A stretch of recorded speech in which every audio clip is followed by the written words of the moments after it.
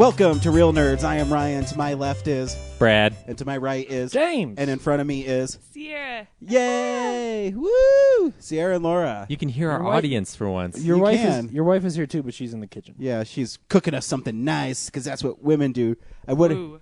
went ahead and put a thing of water so her feet can soak while she's cooking. Man, America's so much better than Russia. It is because we don't eat nothing but potatoes. Stupid Ruskies. If you're listening from Russia, I did not mean that last comment. Real news. Wait, what did we see this week, Ryan? Oh, fuck what we saw. No, I'm just kidding. We saw The Hunger Games starring Jennifer Lawrence And some other guys. and The- Lenny Thor's little Kravitz brother. Peter Brett, yeah, and- Lenny Kravitz. and Woody Harrelson. Yeah, Thor's younger brother, Stanley Liam. Tucci. Elizabeth Banks was in it. She And that was. the- I yeah. love her. Yeah. She's really great as Betty Brant in Spider-Man. Josh Hutcherson was the bread dude. But now, hey, let's get this back into a format that everybody loves. Okay, real news. It's real news. And of course, real news. The big story is 21 Jump Street, the #1 movie from last week, did $36 million, which is good for MGM because they need a hit, and it's good for the movie for a potential sequel. And I think it's the highest grossing R-rated movie in March ever, opening weekend. Good. So yeah, rightly deserved. It was really funny. Yeah, this is probably not a bad time. There's two things of real news that actually kind of tie into this. That, for one, is that MGM this week, since we're talking about them making some money last week, it's that time of year where everybody's sort of wrapping up last year and talking about what movies they did or didn't make money on. And MGM is claiming that Dragon Tattoo is going to take a loss. Yeah, I read that too. Yeah. Which is kind of surprising, but at the same time, I understand because I don't know who goes to see that movie twice. Well, the hard thing with that movie, yeah, I mean, I got the Blu-ray coming this week, but yeah, but yeah, I mean, it's a 2.5 hour long R-rated movie about rape. yeah. So yeah, I mean, it's a tough sell. I think it was last week that I said owning that movie on DVD is like owning Passion of the Christ on DVD. Like, I don't know that I would ever actually watch it. You know, it would be on. I'd be doing something to myself, torturing myself to watch it. I'm That really movie's excited bad, to see it again but yeah. because I mean, I think it's shot really well, and I love the opening. I love the credits. Oh, absolutely. I would watch the first minute and a half of that movie any day.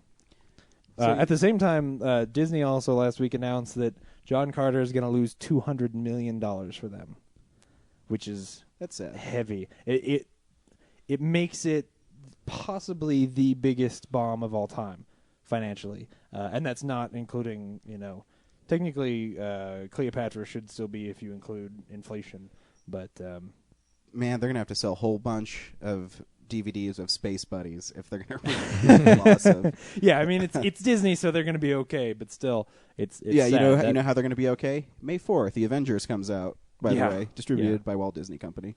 There's a part of me that was okay with having Waterworld have that title, or I think actually Cutthroat Island is the movie before it. Yeah, And even Cutthroat Island, I don't think that movie deserves to be the biggest bomb of all time. I don't know. I have a Entertainment Weekly, and it has the biggest flops in box office history. And every time I see Pluto Nash that cost $100 million to make, and its total box office was $2 million. I mean, I was you were part of that $2 million of that $2 million. My brother and I saw that in theaters, and it was awesome. And if you're wondering where we get these awesome box office numbers, Box Office Mojo supplies us with everything box office money related. There's this one scene where Pluto Nash has a dog, but it's in a freezer, so it's frozen. Remember when Eddie Murphy was in Beverly Hills Cop? Just saying. No, I wasn't born yet. Yeah, you don't have to be bored. You can still watch it.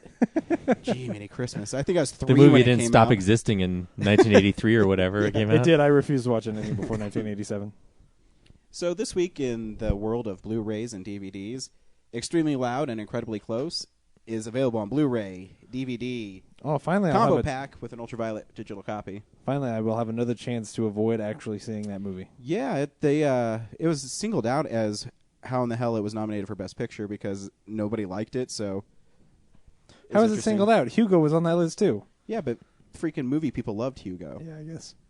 I've met plenty of people who like that movie. And if you're looking for another award-winning movie, Alvin and the Chipmunks Shipwrecked is coming out on Blu-ray. Does it DVD, have any digital copy. Does it have any genetically altered sharks in it? Like That'd be super sweet. sharks? It'd be sweet if David Cross was in it. He's in it. See it for David Cross. Eureka season 4.5. Yeah, What? it's a sci-fi thing. They split their seasons up. Dumb. Yep. A Dangerous Method is on Blu-ray and DVD, which I saw all by myself in a theater. Literally, not another single person in there. Just check it out. It's fun. Is that the movie you took your pants off in? Yes. Yeah. Okay. That's what he does instead of having date nights with me. Just saying. Yep. Aw. I would rather see a movie by myself than drag along my dumbass wife. Oh, all right. I'm going home. You don't even say anything back, honey. This is your chance to fire back. Come I on. made a face like this.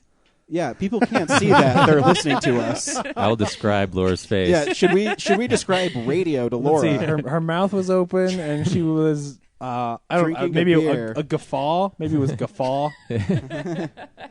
No, that day Laura was in school and I was really bored.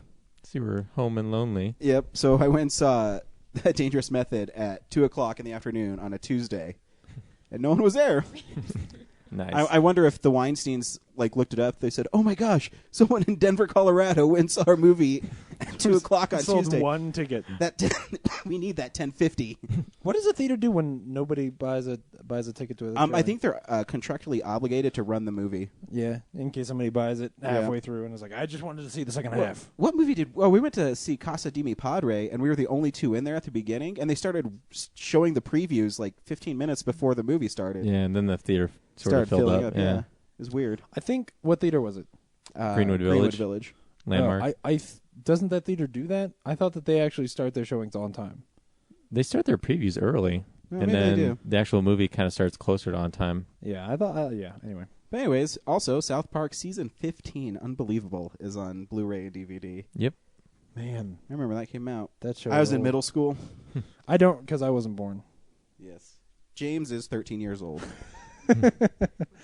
Yeah, with a beard. Yeah. And Casablanca 70th anniversary. Wait, they're putting out another version of Casablanca, Dude, it's the 70th anniversary. It's in Yeah, one of but- those big boxes, the seventh, It's like the the Gone with the Wind anniversary. one. Yeah. but there already is one of those for Is Casablanca. there? It's I like don't know. oh yeah, it's the like a Ultimate huge- Collector's Edition. yeah. That's just the Ultimate Collector's Edition. There's this already is the 70th a anniversary. ridiculous version of this on Blu-ray. Why is there another one? I don't know. Maybe people want to waste another 4 hours of their I life. already covered that. I I keep no, on no. mixing that up. It's Gone with the Wind. Yeah, no. Casablanca's Casablanca's like a an hour good 40. movie, and Yeah. I already covered that one Blu-ray.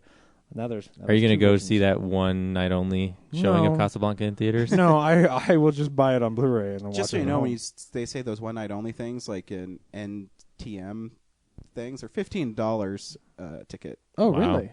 Yeah, Man. because in I've seen 3D? Rod Stewart and Kevin Smith at them, and they were both $15. Wow.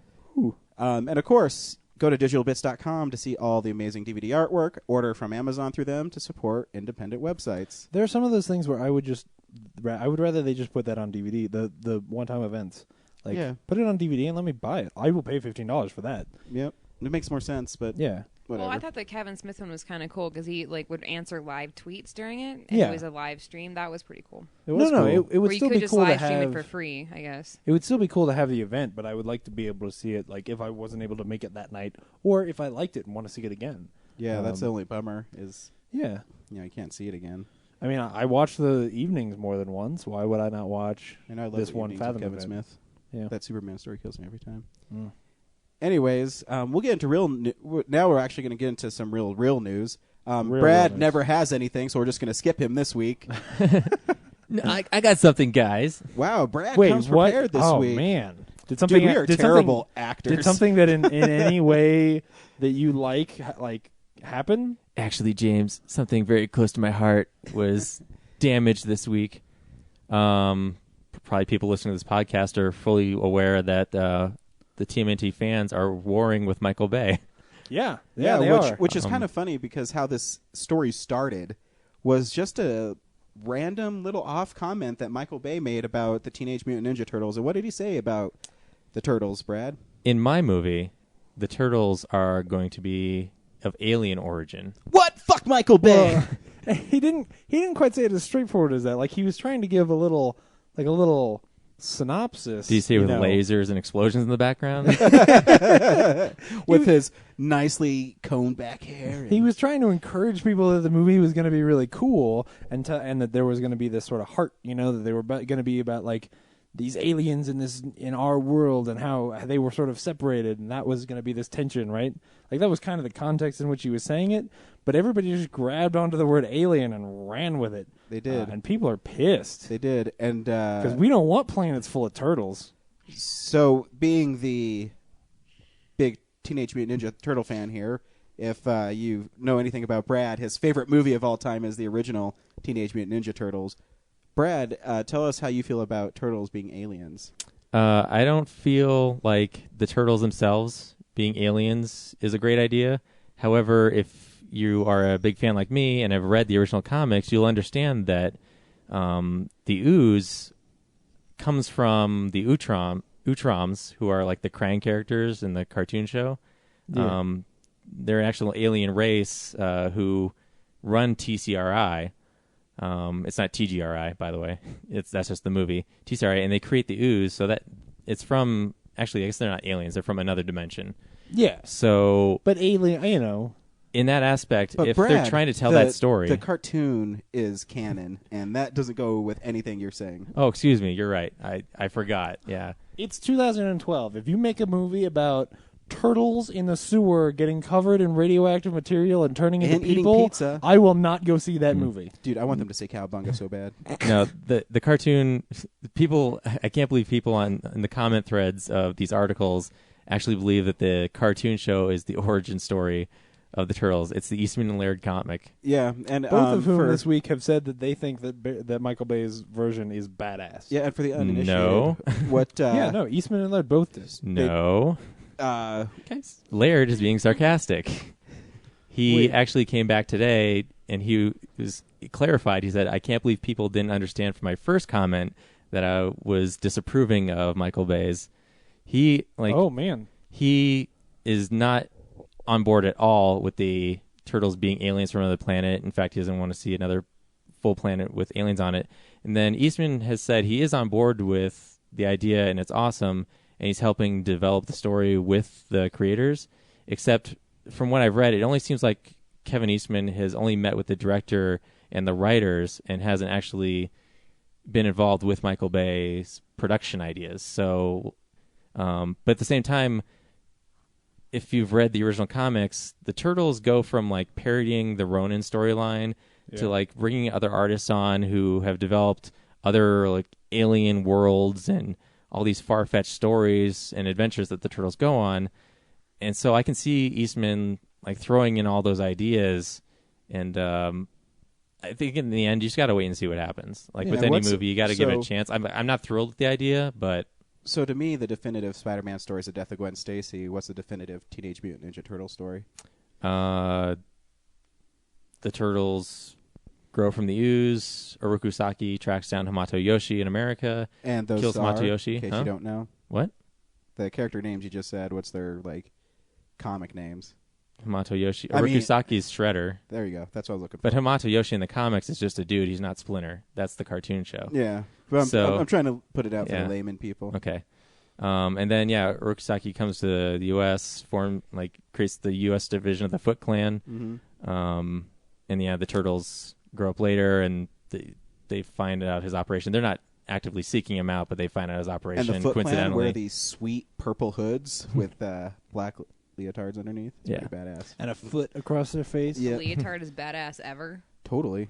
And then on their chest, there's a circle with a Z on it, and if you kick them, they turn back into clay. I actually like, I think it's issue number, oh my God, I can't believe, 12? They kill the Shredder in the first comic, but the Foot Clan later, a couple books later, use these worms to put him back together after he blows up. What? And then they fight... Zombie Shredder. Like they fight in the antique store. On a dock? Oh, that's number 2. We want to know where this is going. Foot Clan, I'm confused. They're ninjas. They're turtles fighting ninjas. Well, they're fighting the zombie guy in an antique store. No, Ryan just asked me what my favorite story was, like story arc, and it's like that when the Shredder returns, and then they have to they fight the Foot Clan and Worm Shredder again, and then it culminates on top of I don't know if it's a roof again or just the antique store, but like there's a sweet 2-panel spread where Leonardo leaps at the Shredder, and you just see them trade places, and then there's like this thin little line in the image where you can see he decapitated him, and then like Leonardo lands on the other side, and then it's just like the head rolls. It's I want. Brad is a- really excited right now. I want a. I want Being a. sarcastic. No, damn it. No, you are very excited. I'm making a legit I observation. want a Nice. badass ninja movie about turtle people like you are describing, and I don't want them to be on skateboards or eat pizza or say words like cowabunga. I don't want them to look like rubber. I'd be happy if they didn't have differently colored headbands. Like, Every time That they sounds show awesome. a clip of the movie and like the articles, like for the past movies, yeah, those look more convincing to me than like if they did a CGI turtle. I Well, can't. they're gonna do the motion capture. Yeah. I was reading The one guy with the said he liked director. the Planet of the Yeah, Apes they're gonna style. do motion capture but- stuff. cool. I mean, it has We'll to see. do with how you We'll shoot see. it, not the CGI. Like it's stuff. way too early to start getting all up in arms about Yep, this. You have a year and 10 months. Yeah. So Christmas 2013. And do we really know how? Like, I'm sort of asking you this, Brad. Do we really know how involved Michael Bay is? Like, is he just a producer, like an executive Yeah, he's- producer, and he wants it's it to be Platinum. badass, or is it like he's there every day writing this story and really No, it's is Platinum making sure they're? Dunes, which is like his. Oh, it's Platinum Dunes. Yeah. Oh, Yeah. this movie's fucked. The Friday 13th was pretty good, I thought. I mean, they're not really I'm known biased. for doing anything creative or original. They take stuff and try to make it slightly cooler. yeah. So like I don't have high expectations for it. Like it's just going to be like I they're want going to them- take what exists and dress a few things up. And Michael Bay is not writing or directing it, so you don't have to worry Right. about Transformers syndrome. Well, and that's what I mean. Well, he didn't write and direct those movies either. But what I mean is him saying He this directed thing the about Transformers Alien movies. and how involved those creators are with talking to Michael Bay doesn't necessarily mean that what he said reflects on what the final product is going to be. Yeah, You see what I'm saying? they might halfway through here just be like, Michael, the alien thing's not working. We got to tone This- so he'll be like, 6 months down the line, this money-wise, we'll project take might it get out. scrapped. Like, Yeah. we're pretty far away. I mean, it's Same. clear he doesn't get the concept, but again, it's way too early Yeah. to make a You decision. didn't get Pearl Harbor, so That's true. that's history. So yeah, that's one of my news stories. Cool. What else you got for me, sir? I am excited because Kevin Smith announced on Twitter that we might see the return of the Clerks animated series in 2013. Yeah. Yep. So My favorite episode of the Clerks cartoon is the second episode where they flash back to The clip things show? that have never happened, and it's only the Yeah. second episode. So I mean, it's totally playing on sitcoms. what's and, messed up is when it aired on I think UPN or something. ABC. Or ABC. That's right. It aired out of order, Mhm. so I think the second episode was actually the first episode. No, they aired the fourth episode first, and then they aired the second episode, and then they canceled it. Yeah. Oh, man. And then Kevin Smith said he regretted because UPN did offer him less money, Oh, that's right. Yeah. but more episodes, and he wish he would have taken the less money and more Yeah. episodes because at the time he says, "Oh well, ABC, it's more More exposure." exposure. Yeah.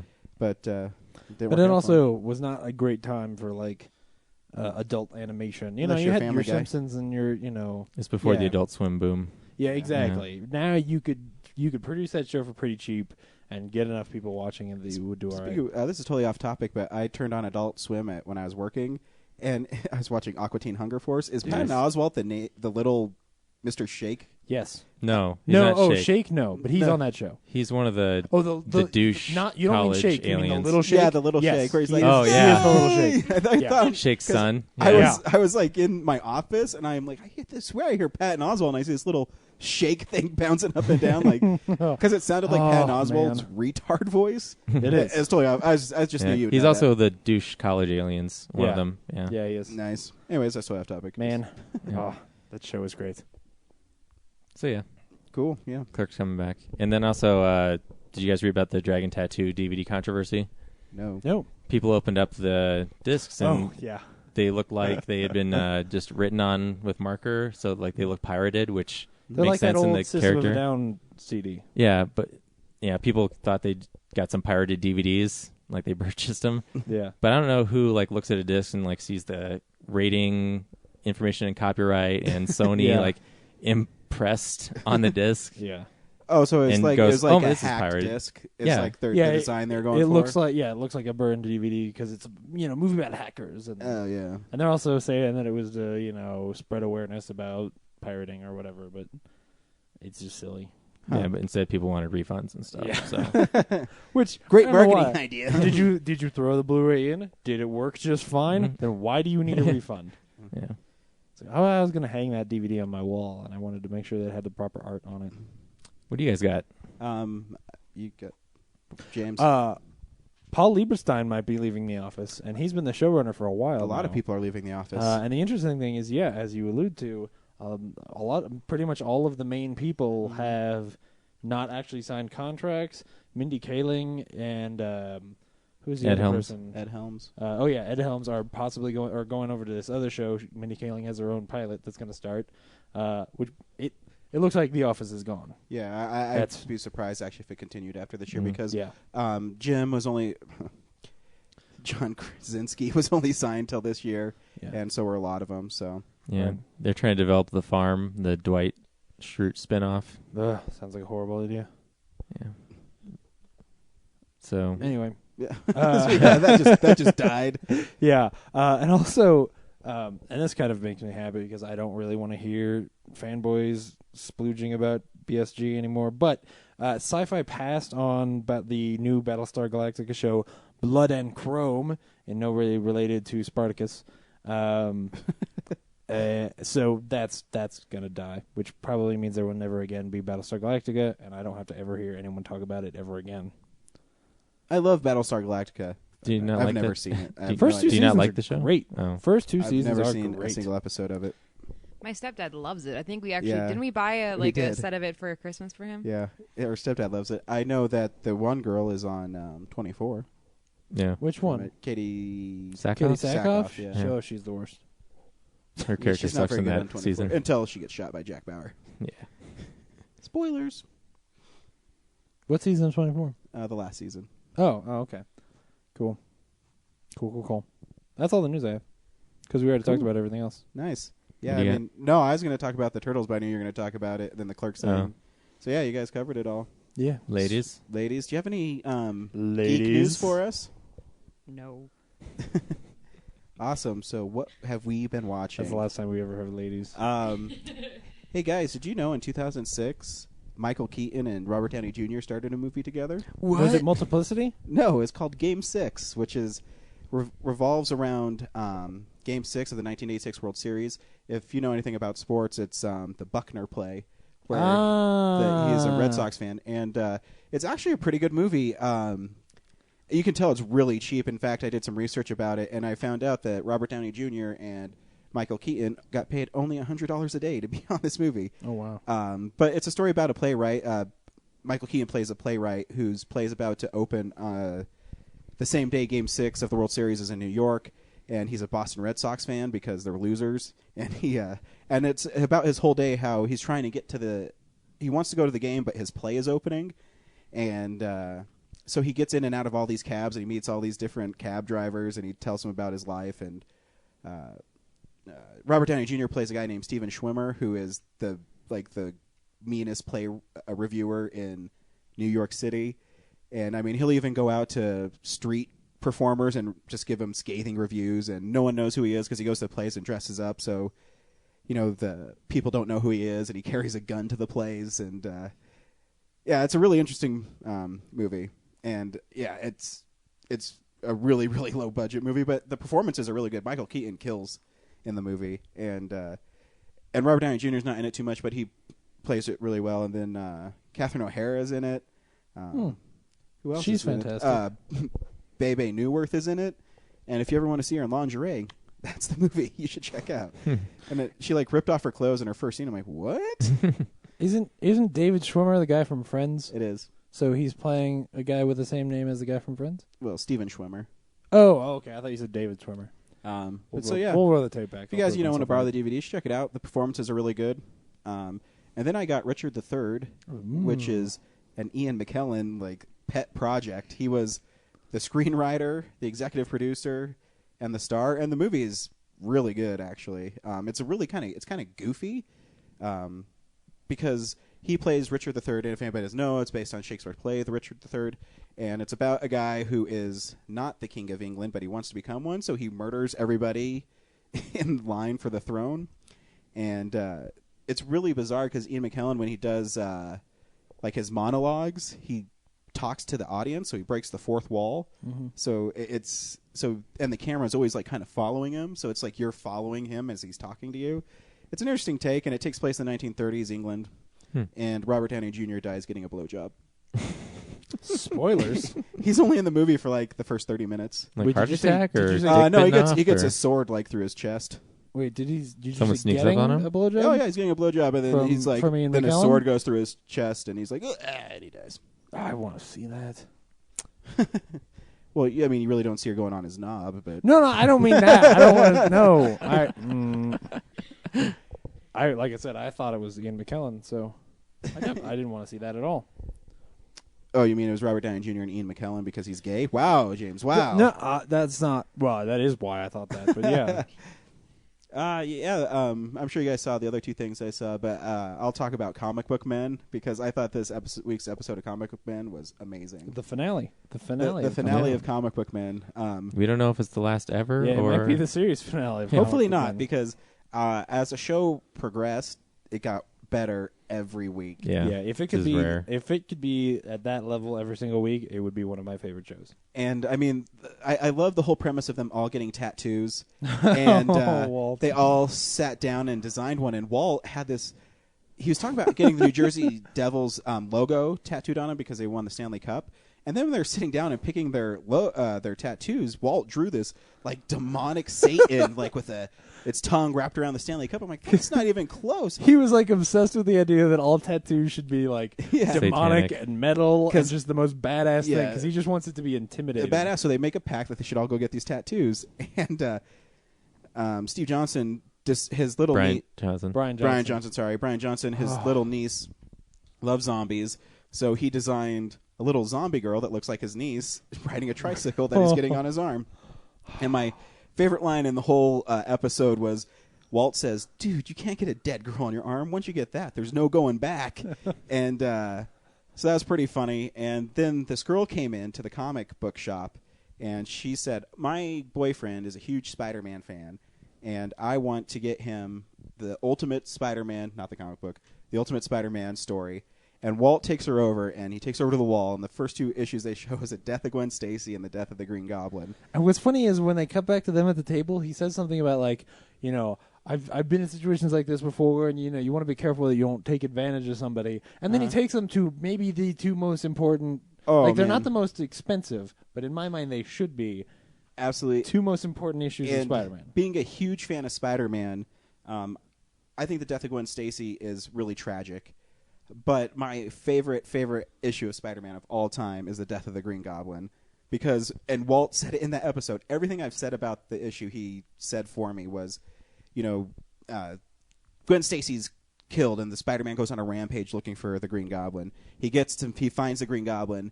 He's going to beat the Green Goblin to death. And then he realizes in amazing art and amazing writing that if I kill the Green Goblin, I'm no better than the Green Goblin. And even though it pains me and I am to honor Gwen Stacy's memory, I can't kill the Green Goblin. And then the Green Goblin is going to kill Spider-Man. He ends up impaling himself with his Goblin glider. And Walt relays the story and tells him how it's so romantic. And I'm like, he's just saying everything I've ever said about this issue. And that he picked that as his favorite Spider-Man issue, dude. I was seriously, like, tears were rolling down my eyes. I'm like, it is. It's the greatest Spider-Man story ever. No, you're crying because you got a deal on it. He sells it for $1.50. Yeah, then he sold both issues for $150. That's unbelievable. I was like, if this show was live, I'd call Walt and be like, dude, I'll give you $300 for those right now. Fuck this chick and her dumbass boyfriend.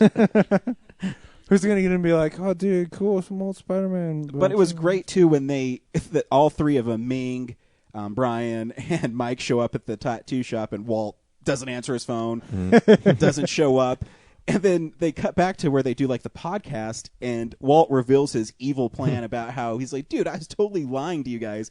And then when you think back to his tattoo design, you're like, dude, how did I not see him totally fucking with these guys? 'Cause his tattoo design was bizarre. Yeah, absolutely.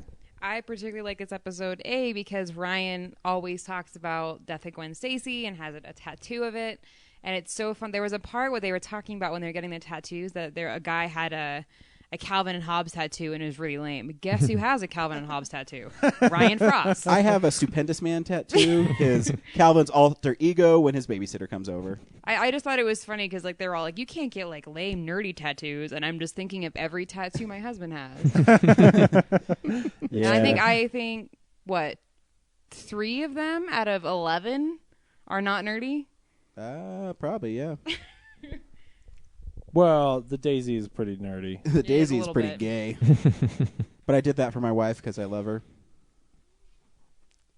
And if there's just hatred in his eyes right now, just look at him. Oh, Yeah. And then, of course, the other big thing I'm sure you both saw was the finale of The Walking Dead. yeah. Brad, did you see the finale? I did. You did? Okay, cool. Yeah, it was zombie-rific. Yeah, it was. It was pretty good. There's a lot of burning, a lot of running. Yeah. It's weird to me that they didn't cast Michonne earlier and have actual Michonne in that scene. Mm-hmm. Spoilers for. Sorry, I'm too. But honestly, at this point, come on. Did you watch The Talking Dead afterwards? No, I didn't. I still haven't seen it. It's really good because they have Kirkman and Mazzara on the show with Yeah. Laurie Holden, who plays Andrea, and they announced this actress who played her, who's Yeah. playing her.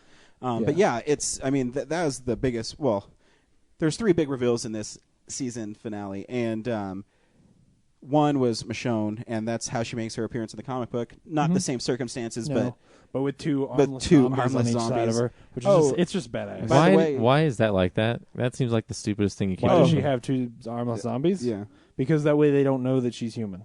yeah. She always smells like a zombie, and they can't do anything to her.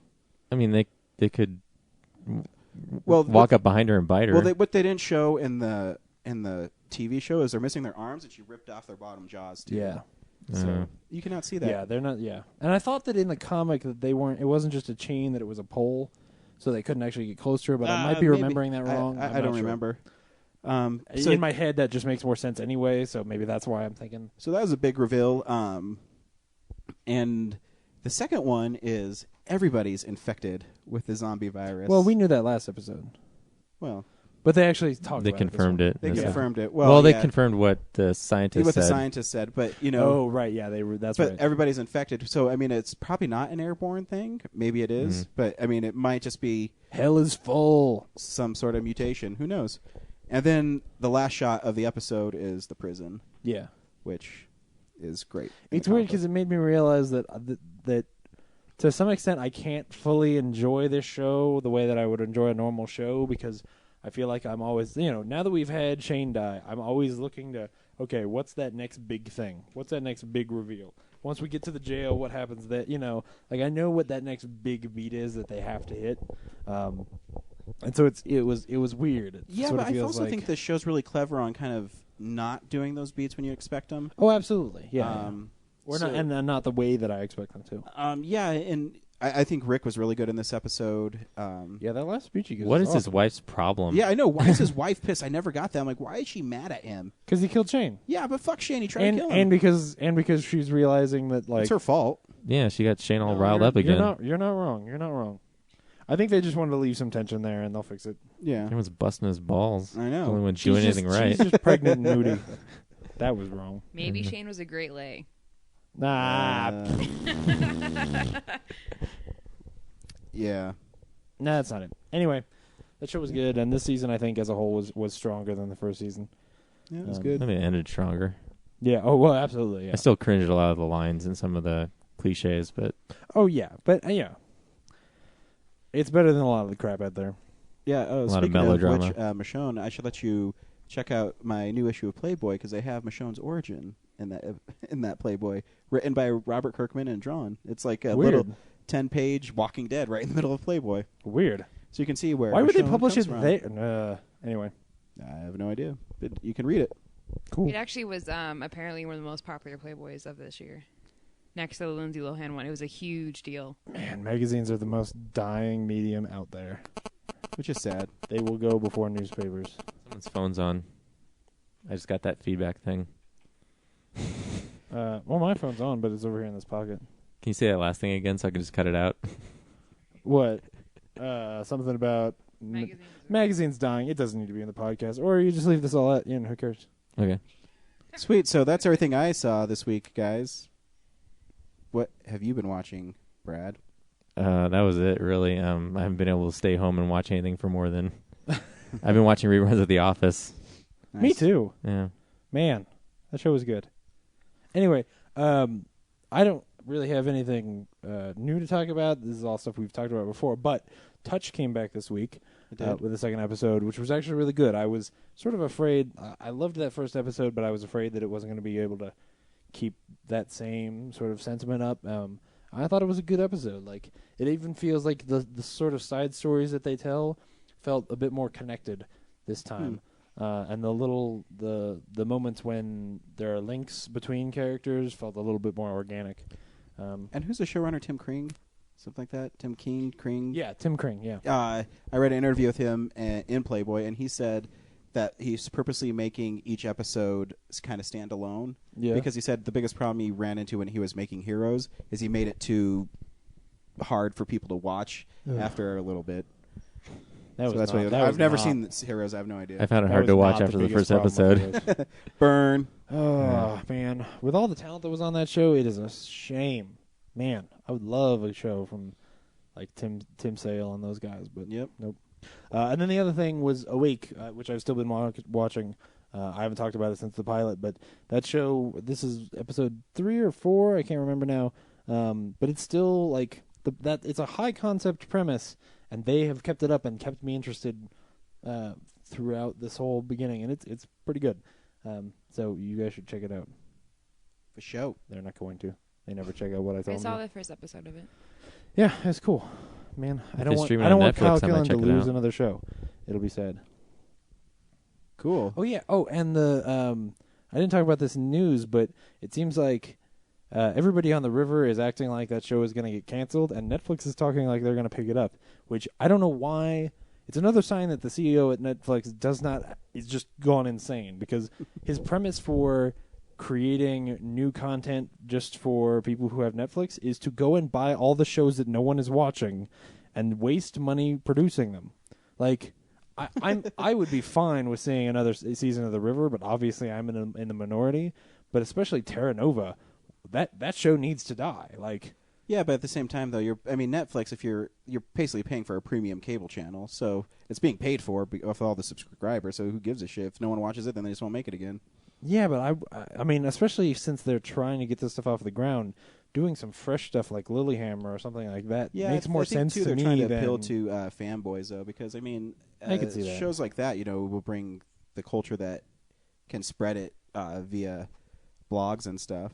But the problem is that they're not picking up the ones that necessarily are forming cults. Mm-hmm. Like they're picking up the ones that are kind of weak. Like The River. I think I like that show sort of because I think at its core it would be good, but unfortunately because it's made by the Paranormal Activity guys, like the whole found footage thing is just junky. So like it there gets are in the way. a bunch of scenes where things are just moving and they're not where people left them.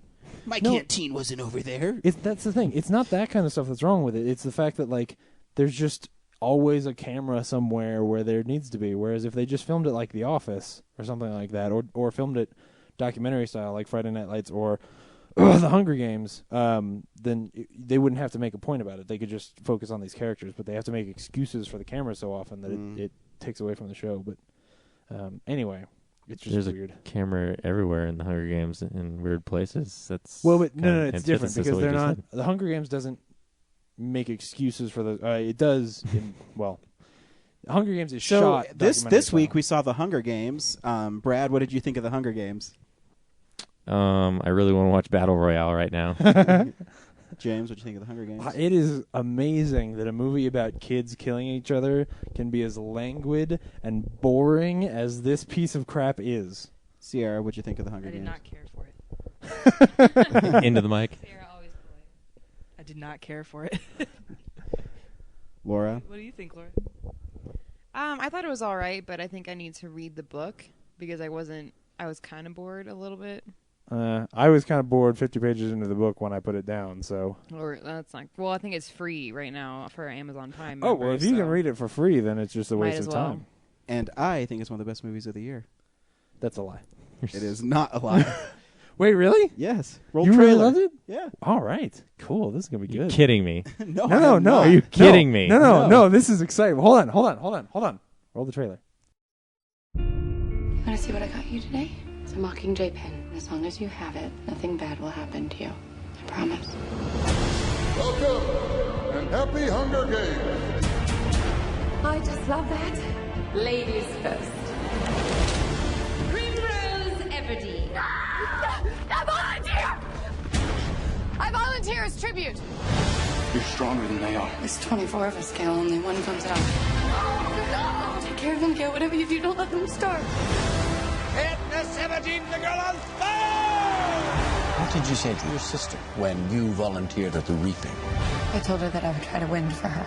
And try you will. I just keep wishing I could think of a way to show them that they don't own me. If I'm gonna die, I want to still be me. I just can't afford to think like that.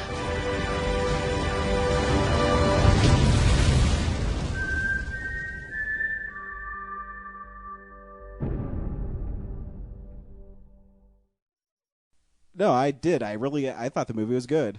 What? You're screwing with us just to make this more interesting. No, I'm not. I'm not. Oh my god. No, this is awesome. Okay, go ahead. No, I thought the story was really interesting. I thought the actors were thousands of times better than most of the crap you see. I thought Donald Sutherland was amazing as the villain in it.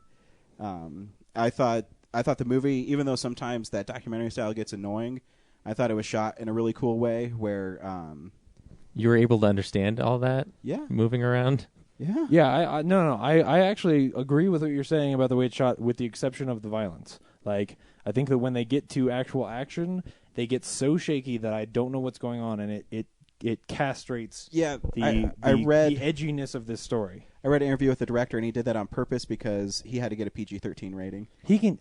The Dark Knight has a PG-13 rating. He can get a PG-13 rating. Yeah, but The Dark Knight, though, too. I mean, people always say that the pencil part, but you never ever see him come close to jamming it in there. It's all in your head what you see, because but there's people getting shot with shotguns and stuff like that. Like, there's intense, scary moments.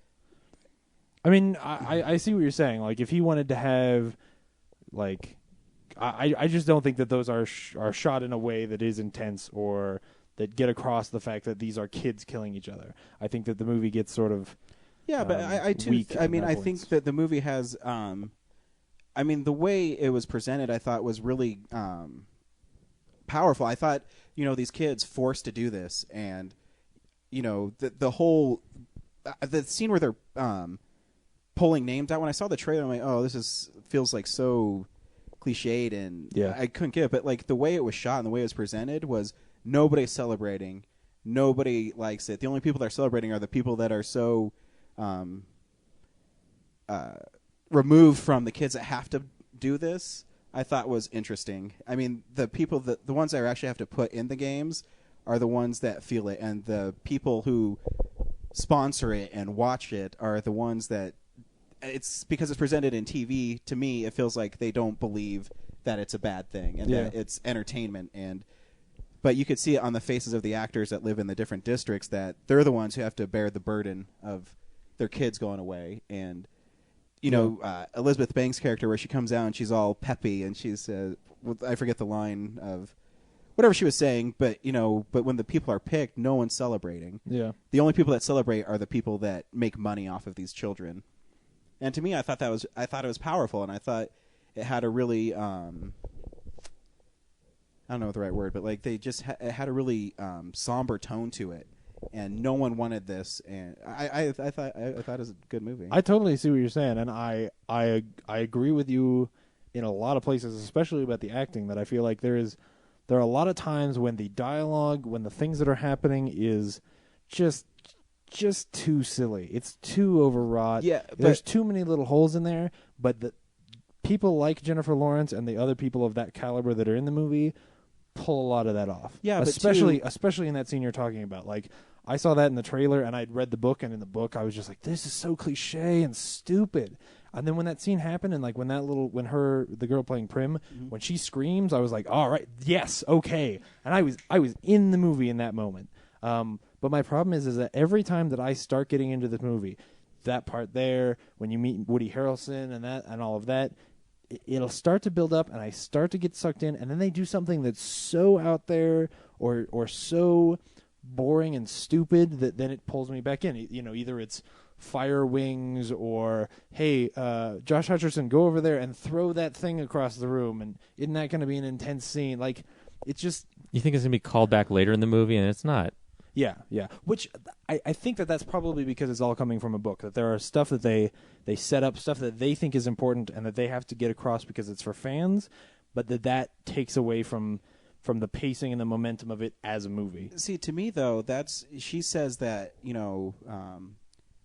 Peeta, you're the strong one, but he's not. He's not the strong one. The strong person is Katniss. She's the one who's the best with the bow and arrow. She's the strongest one out of all of them. And some of the lines, I think when she got that gift from somebody to, Soup, that she made a conscious effort to play with this guy, saying, well, if they want to see me snuggle with him, kiss him, like pretend that I love him so I can get more gifts and help my cause and help us get out of here, I think that's what the whole point of it was, because they also said, you're the smartest one here. So to me, as a character, that's a choice she made as a character. I think she was just playing with that guy. I don't really think... No. Oh, yeah, definitely. I agree. Yeah. So to me, I thought the movie was really good. I really did. And what I always liked about it more than, let's say, the Twilight movies, because I've watched them all, is, one, the acting is 30,000 times better. Absolutely. The filmmakers are so much better at what they have, because that movie, I mean, it costs, $80 million is a lot of money, but when you have Twilight movies, it costs $150 million. So Gary Ross, who made this movie, who also made a couple other great movies, Seabiscuit, Pleasantville, if he knew that these dogs would not look good in CG.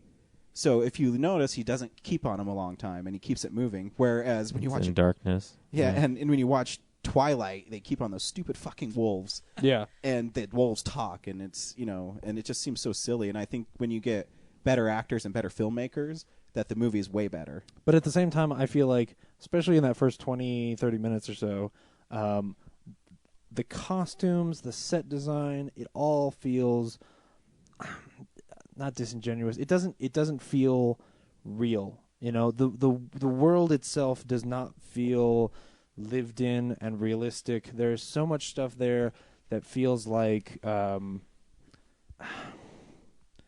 it feels like it's set up for the premise, not because, but it isn't a real world. Mm-hmm. I don't feel like, I don't understand how this world can have so many rules and so much infrastructure that would be required to have this thing going on.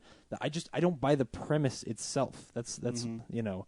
At the very core of the story is that. But at the same time, I would start getting in, like, I like Katniss as a character. I really do. I think that the movie has momentum issues and just throws in these things that are weird that pull me out of the movie. But my problem is that they build up a lot of this, or at least I feel like they want to build this story about her refusing to ever kill anyone in the games, but they don't commit to that. They either give her excuses where, like, she kills people with bees, well, she didn't really kill them, or she shoots the guy with the arrow, but maybe it was just self-defense there, and maybe it was a reflex action, she didn't really mean to do it. When we get to the climax of the movie, I want her to actually make a choice and either not kill that guy or kill that guy, and I feel like they completely cop out, and I don't get any kind of... No, she doesn't. She shoots him in the hand. The boy, because he's got balls, kills the bad guy, and then she shot him when the dogs were eating her. But she did. But then it's a mercy thing. To help him. It's not. Yeah, she doesn't make a choice there. Still killed him. So there isn't any growth in her character as far as I'm concerned. That's my biggest problem, I would say, from this movie from a character standpoint, is just that nothing actually happens with her character. I don't see her actually get strong and become this hero that I want her to be. She was always strong. No. No. It was set up with her mother, who was the weak one, and she had to take care of her little daughter, her little sister. And yeah, so the idea should be that by the end we see her becoming that person who is willing to do something about what's going on, and she's not. Like, even in the end when she gets back on the train, she says, like, I just want to go home and forget. And I'm like, no, you can't be that character, because then she is her mother. She just wants to go home and forget. It just makes her weak by the end of the movie. Exactly. It's like a reverse growth. Like, she's already awesome, and then she just regresses into, which I guess maybe is what the other two books are, her becoming more like those elitist people. I don't know. I guess so. Following their game, playing up the whole fake romance thing. See, to me, what I got from the ending is that Donald Sutherland's going to go after her. But here's the thing. I can't see you saying that Donald Sutherland was this great villain, because he's in like a couple 4 scenes. Yeah, but still, spouting typical villain lines. They're good scenes and they're well acted. I like you. They feel like excuses. But if you don't do plot. what I say, I'm gonna. Yeah. Don't make me regret this. The bees. Why couldn't they just be bees? It was stuff like that. Because you can generate artificial life in this world, so why not make them fake bees? Well, you can make fake mammals. Yeah. You can genetically engineer bees. But in a world where they can genetically engineer bees, why can't they have more food? This is the crux of my problem with this world. Like, well, I can they do understand have food, just not the other districts. Remember that part where they were setting the entire forest on fire, and then the fire was just gone? Well, that's because it was holographic fire. Like, I understand that they are inside a holodeck, even though they never say it. It's like Truman Show, but way better.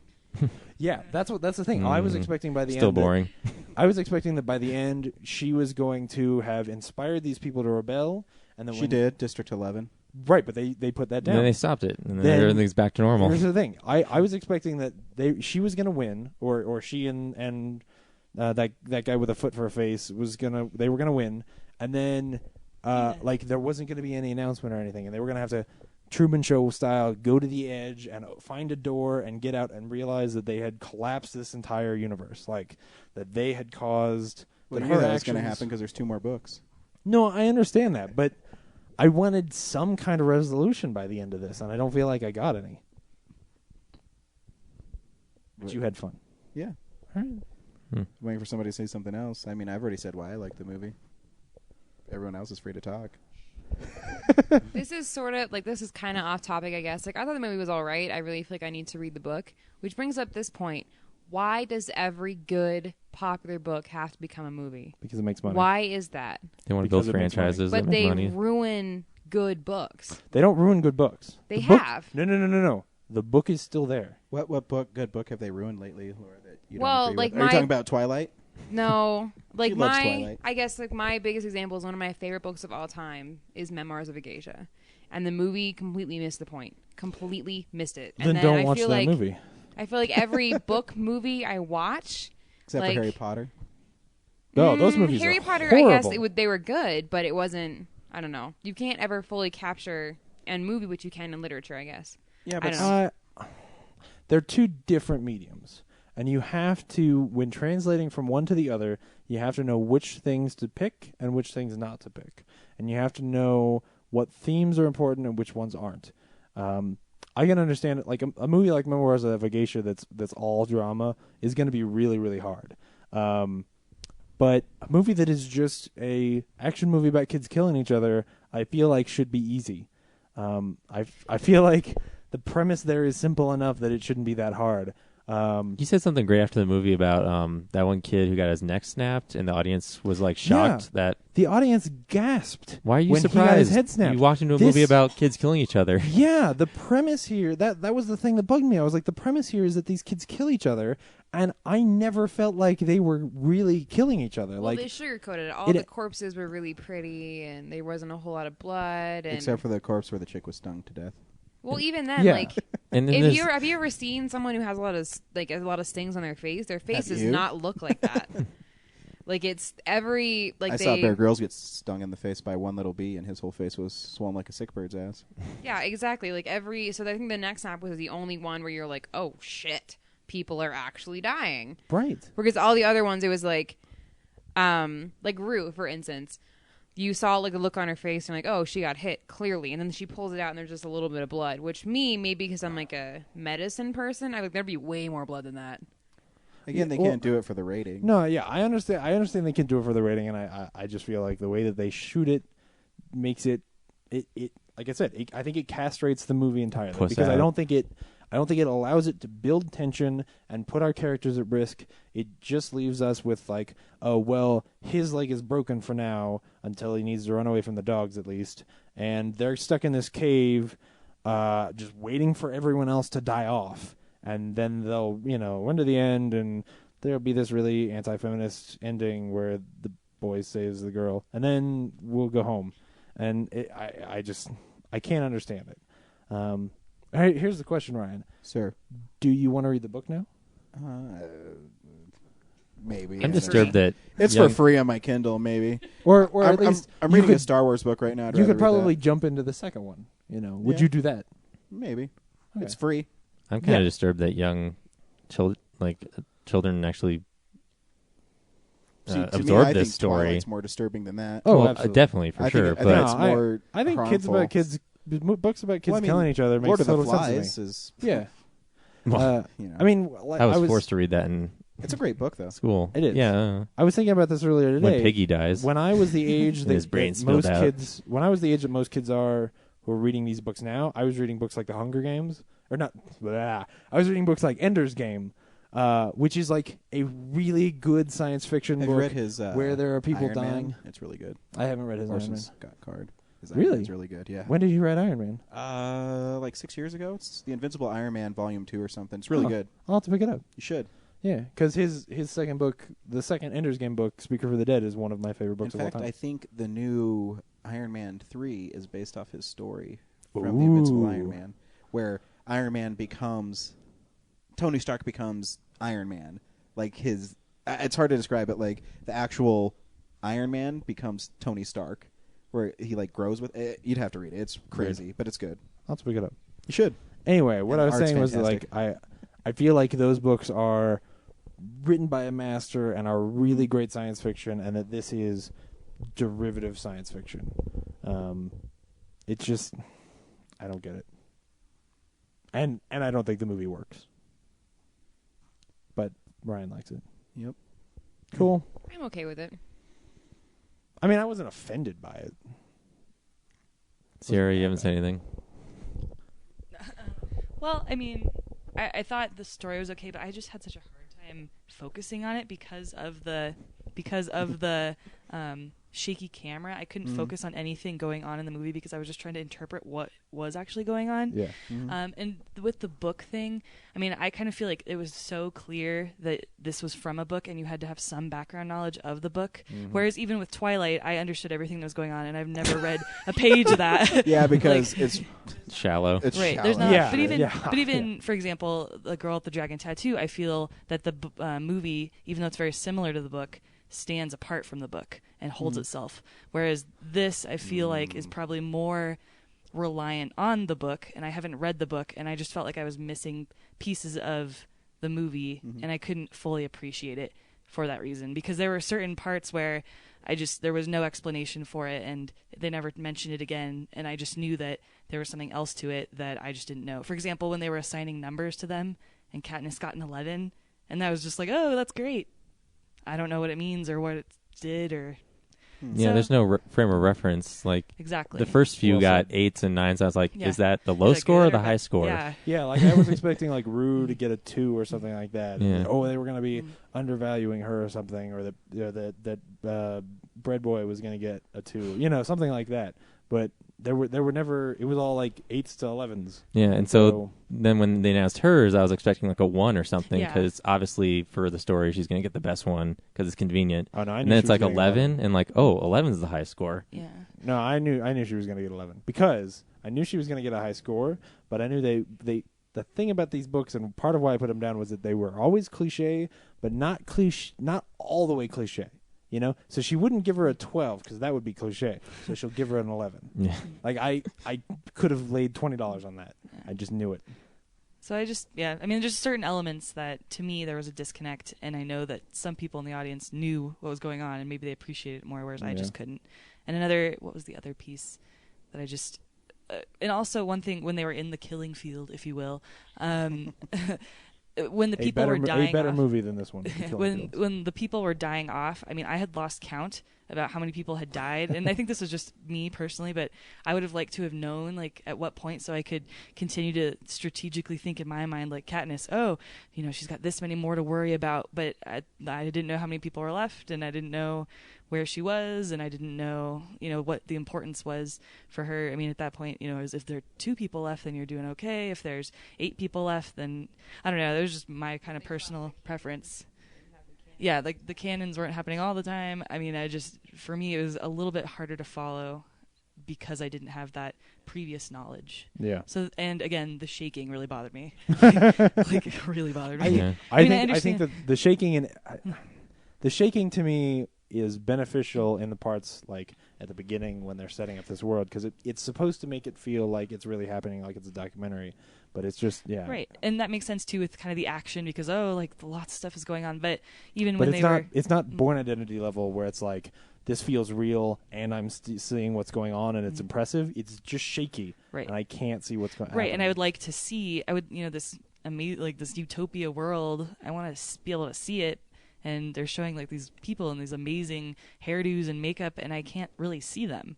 Yeah. You know? Because everything's moving or out of focus. Or yeah. I mean, I think that's because you're supposed to relate to Katniss, and you're not supposed to see. But like even that's the world that these people can never be a part of. I even at one point, I think when she was going out on stage for the interview, I remember thinking like, the cool thing about this is that they are always doing this from her point of view. Like they're filming this to let us into how she feels in this moment, and I thought that was really smart. I think it's part of why I like her as a character. Everything was building up to this promise of like, and then they're gonna run out in this field and kill each other, and then that doesn't happen. So I mean, that really is the part where it just falls apart for me. I'm like, you promised me this bill of goods, and I didn't get to see one boy choke another one to death or kill one with a brick or. Just, you know, there's even a point where they sort of intimate that the one kid rapes the other kid. No, because I don't remember. That. when the group of 4 kids comes across that girl who's building the fire, right? The main guy like walks away from the group of bullies, right? He walks forward and then like puts his sword down and then like moves in to loom over her, and then you just hear her scream for a while, and then there's a cannon. And I was like, insinuates that murder is occurring, not rape. I was like, murder. No, because he gets rid of all of his weapons, and I was like, well, maybe he wanted to like bare hands it. Like, oh, okay. Rape. I don't know. Yeah, no, it maybe I didn't watch too much Dragon Tattoo. I don't know. Or, it was watch Anne Banana before you. Wait, it's an Aqua Teen Hunger. Yeah, nice. Dude, I brought tonight, that back. Tonight, you. Oh You. man. Me. Tonight, you. What do you mean that? Well, I do have to say, Anne do you Banana. think this is a good? I guess because like I love books that are like utopia, dystopia kind of books and stories. Do you think this is a good portrayal of that, or do you think that there's more that they could have done to make it more, I don't know, involve you in the world and really make you realize that it's a dystopia? I think the deepest part of the movie was the fact that about 50% of the scenes in the movie are just people eating in a movie called The Hunger Games. I think it fits fairly well into the more traditional dystopian movies, Zamyatin's We, Brave New World, those ones. Your modern dystopia where it's built to feel like this is 50 years away or 100 years away, and that this is somewhere where we from here could plausibly get there. I don't think it works. It's more set up, like Zamyatin's We is he has this idea and he has a thing that he wants to say, and so he builds the entire world around that idea, and it's more about getting that message across than it is necessarily making us feel like we are in that place. And again, that's part of my problem, is that I don't see a plausible world there, Yeah. I do. I mean, I found the story interesting as a whole, and I mean, maybe you would or wouldn't want to read the book, but will you go see the next movies? No. I'm going to. And guess what? This is my show, so these fuckers have to come along. I thought this was an easy one. I hope Yeah. Spider-Man 2 comes out the same week, so we won't have to see it. I am totally making you see Transformers 4 now. Oh, I was going to see it anyways. Oh, You that's made right. me see fucking Twilight. I am totally... Nah, I don't know if I can make you see Twilight 5. I think it's the only thing that comes out that day. Whatever. Man, if the world ends the day before that, that'd be awesome. Is it really the day before that? No, it's in November again. I Oh, think. okay. Man, that'd be awesome. I want to discover if Bella as a vampire is still a vapid bitch.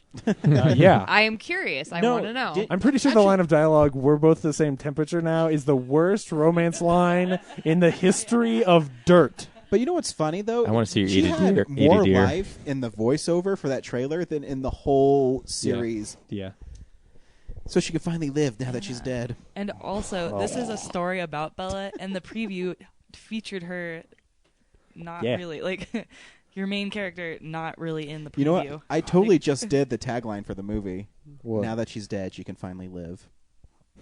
I hate you.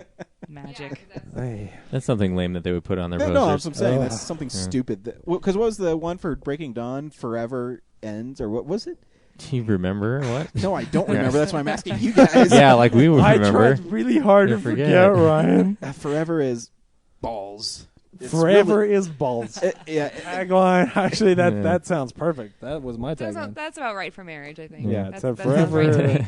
forever is balls. Not their marriage. Anyways, next week we'll be seeing Wrath of the Titans, starring my favorite actor, Sam Worthington. False. He is amazing. Lies.